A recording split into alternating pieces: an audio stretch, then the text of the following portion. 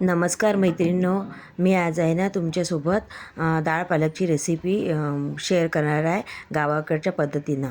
तर चला आता आपण रेसिपीला सुरुवात करूया. 1 वाटी डाळ 2-3 पाण्याने स्वच्छ धुवून घेतलेली आहे आणि ते एका भांड्यामध्ये काढून घेतलेली आहे. तुम्ही बघू शकता त्याच्यामध्ये आहे ना पालक, मिरची, शेंगदाणे असं सर्व मी टाकून घेतलेलं आहे आणि कुकरमध्ये लावलेलं आहे. कुकरमध्ये लावल्यानंतर आहे ना आपण त्याच्या 3 शिट्ट्या काढून घ्यायच्या आहे आणि 3 शिट्ट्या काढल्यानंतर त्याला बाहेर काढून घेतलेलं आहे. तुम्ही बघू शकता किती छान आपला डाळ पालक रेडी झालेला आहे शिजून. तर आता आहे ना आपण त्याला फोडणी देऊया. एका कढईमध्ये तेल टाकून घेतलेलं आहे. मोहरी, जिरं आणि लसूण अद्रकची पेस्ट मी टाकून घेतलेली आहे, तुम्ही बघू शकता.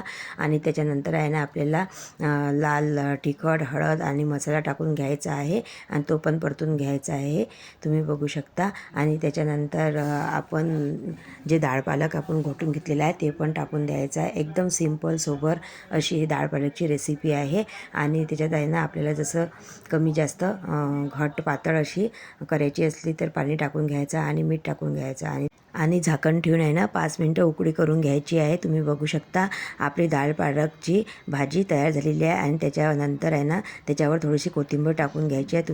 गावाकडच्या पद्धतीने डाळ पालकची रेसिपी आवडली असेल तर लाईक, शेअर आणि कमेंट करायला विसरू नका.